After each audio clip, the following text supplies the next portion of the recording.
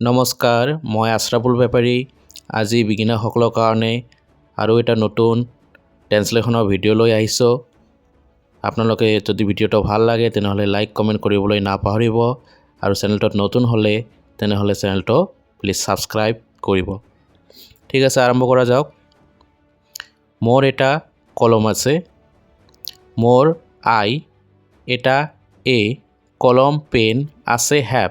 ইয়াত আমি মোৰ ইংৰাজী মাই লিখিব নোৱাৰিম, গতিকে উত্তৰটো হ'ব আই হেভ এ পেন। কি হ'ব শুদ্ধ উত্তৰটো? আই হেভ এ পেন। কলমটোৰ দাম 10 টকা।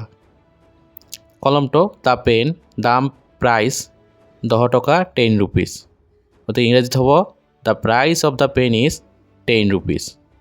The price of the pen is 10 rupees। তেওঁৰ এজনী ভনী আছে। তেওঁৰ এজনী ভনী চিষ্টাৰ আছে হেজ। হিৰ লগত হেজ বহে, তো উত্তৰটো হ'ব হি হেজ এ চিষ্টাৰ। কি হ'ব? He has a sister. আইৰ লগত হেভ আৰু হিৰ লগত হেজ। তাইৰ নাম সীতা। তাইৰ নেম সীতা।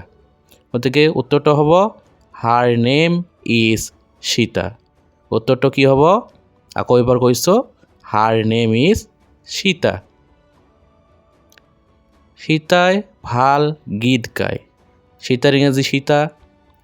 ভাল গুড বা ৱেল গীত গায় চিং। গতিকে উত্তৰটো কি হ'ব? সীতা ছিংছ ৱেল। গুড এডজেক্টিভ হয় আগত বহে আৰু ৱেল এডভাৰ্ব হয় পিছত বহে। তাই ভাল নাচে। ইয়াৰ ইংৰাজীটো কি হ'ব আপোনালোকে কমেণ্ট ছেকশ্যনত জনাওক। আৰু ভিডিঅ'টো ধৈৰ্য সহকাৰে চোৱাৰ কাৰণে বহুত বহুত ধন্যবাদ।